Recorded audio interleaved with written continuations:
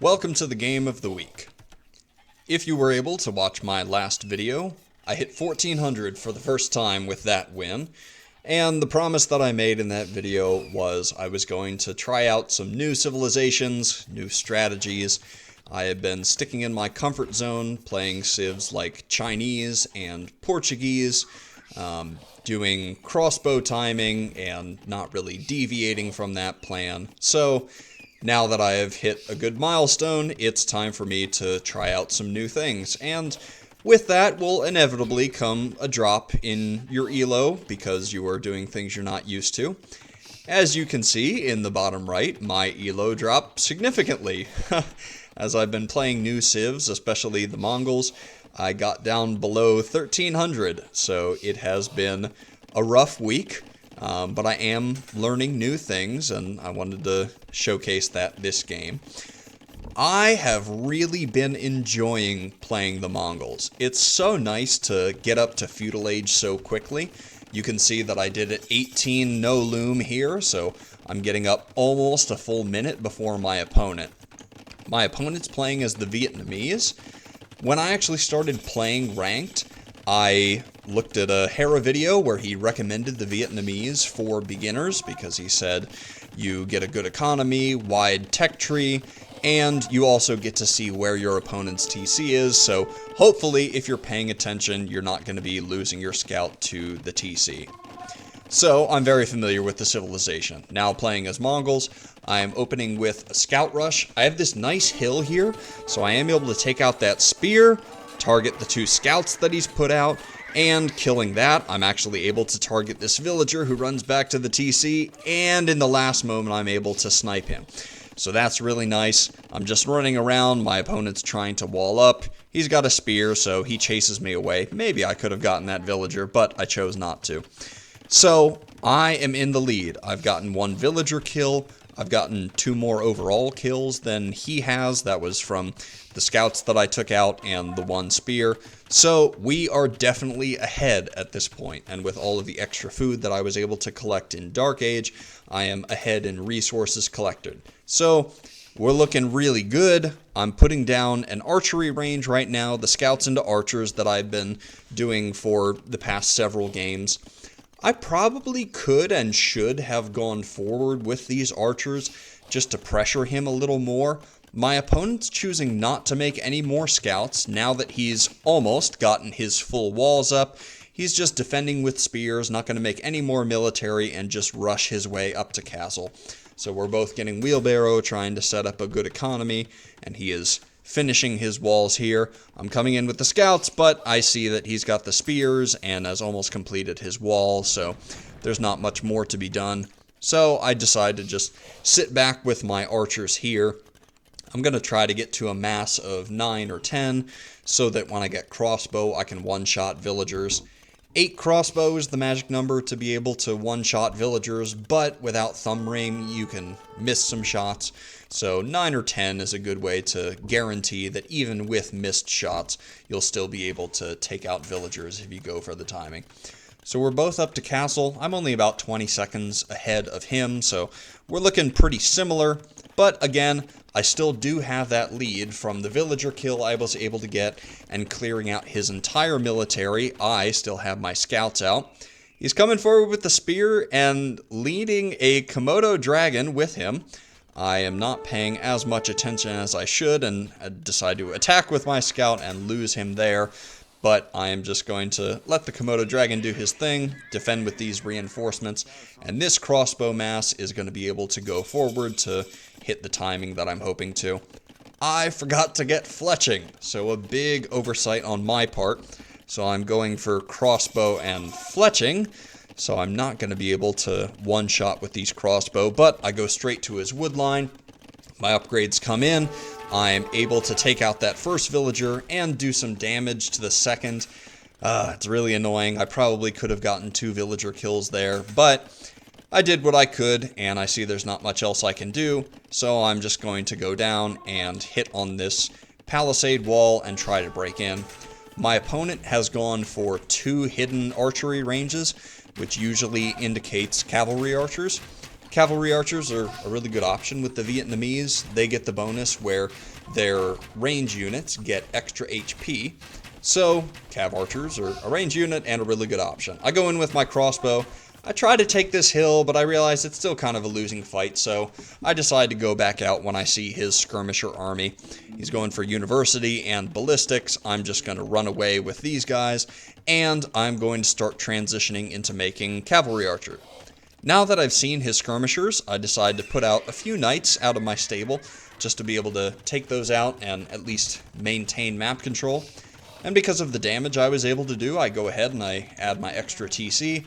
I'm going to put it on stone so that hopefully I can get up a castle and start making Mangudai.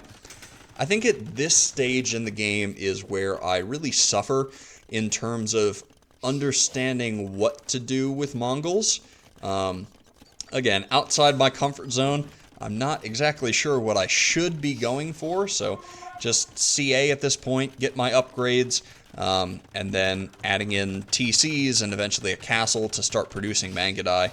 So I'm out here with my remaining crossbow, and I'm able to skirt right past his skirmisher army, and we're going to collect these crossbow and eventually go back to that wood line, which we can see here is already evacuated, so I'm not going to be able to find much damage off of it. So I start shooting this palisade, which, interesting enough, would not have let me in anyway. So I just try to shoot his vills from this side of the wood line. He runs away with these vills and tries to encircle me with his skirmishers. I see that a little too late after losing some guys and am really not able to preserve this army, so that's kind of a lost cause. So now, because I've seen that, I send my knights forward, and I am going to try to take out this skirmisher mass that he's built, and I'm not able to get away with any of my crossbow. But I'm closing in. Unfortunate regroup there. I probably could have started hitting him earlier, but I am going to start attacking these skirmishers. But he runs in with his CA that he's been massing and hides behind this palisade and starts shooting at me. And I don't know why I decide to take this fight. It's just not that important to take out these skirmishers. And I just lose all 6 knights because of it, and don't end up taking out his skirmishers anyway. So that kind of becomes a theme for this game, just taking really bad fights.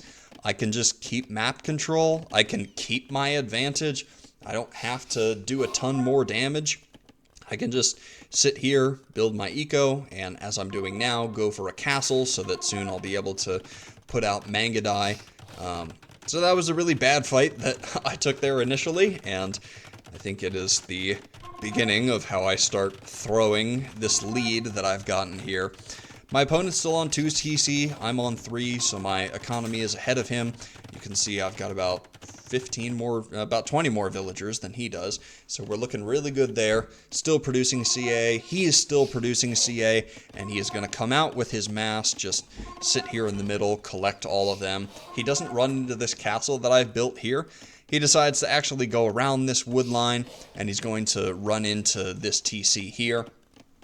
I don't see it, he doesn't see it. Gotta love low elo. I garrison at the last minute and do some shots to him, and I forgot to wall this back up. Can't get the house up in time, so he is in with these CA, and he is killing so many of my villagers. Now, like I said, another bad fight that I took this game is I have 15 CA, he's got 19, but he's got the extra HP, so me trying to confront this army is just really bad. I have defender's advantage, I can stay at home, I can mass up more CA, but I just decide to run straight into him. Meanwhile, he's getting all of these villager kills, 11 villager kills by this point. It's not looking pretty. So we're fighting in the middle here. Thankfully, neither of us are really focused on that, and half of his guys are hitting my lumber camp.